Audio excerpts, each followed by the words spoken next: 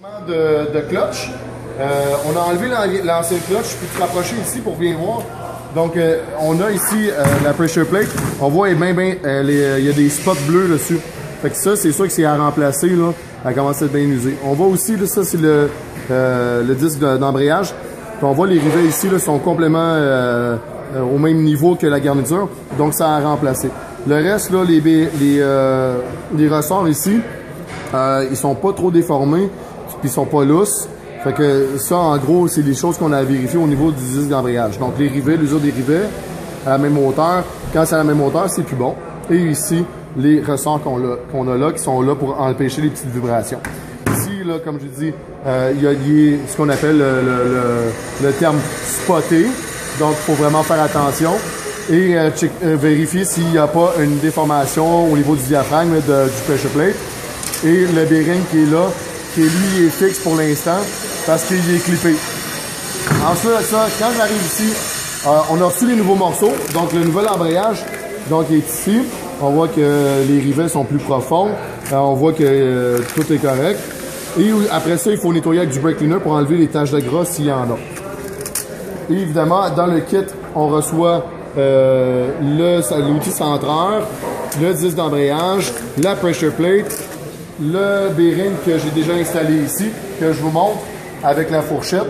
Évidemment, nous autres, on ne doit pas clipper tout de suite le bearing directement sur la pressure plate parce qu'il y a une clip qui, si je la clip tout de suite, je ne pourrais pas la remettre. Donc là, ce que je dois faire, c'est l'installer avec la fourchette qui est ici, que j'ai graissé à quelques points ici pour pas que ça saisisse. Et j'ai aussi mis un petit peu de graisse au niveau de où est-ce que le bearing de butée va glisser pour éviter que si à un moment donné il peut saisir ou quelque chose comme ça. Ensuite de ça, je l'installe. J'ai juste à le pousser dans le fond. Puis quand je vais être rendu à l'installer, ben, il va être déjà là. Au-dessus, il y a le petit levier il a fallu qu'on enlève quand on a enlevé la transmission.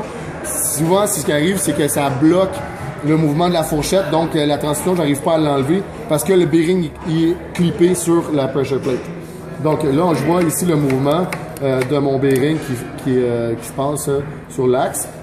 Et lui, tu peux pas te tromper parce qu'il y a juste un chemin. Je peux pas le mettre n'importe où. Et on voit ici le morceau du casing d'aluminium qui le bloque. Donc, ça peut pas aller plus loin. OK? Pause. C'est bon. Bon, ici, là, le volant moteur, on l'a buffé. Généralement, là, comme je vous dis, là, il est très usé. Il faudrait l'enlever et le machiner pour le planer. Là, il y a beaucoup d'usure.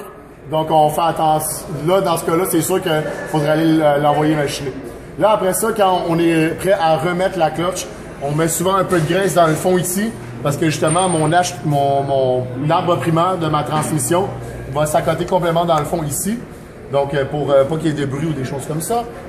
Et avec l'outil centreur, je vais mettre mon embrayage au complet là-dessus. Donc, ici, là, pour l'outil centreur, comme je vous ai dit, en l'intérieur, j'ai pas serré le disque d'embrayage, le plateau de pression pour l'instant. C'est juste pour vous montrer, justement, l'outil ici. On voit que le disque d'embrayage qui est dans l'arrière, ben, il tourne librement pour l'instant.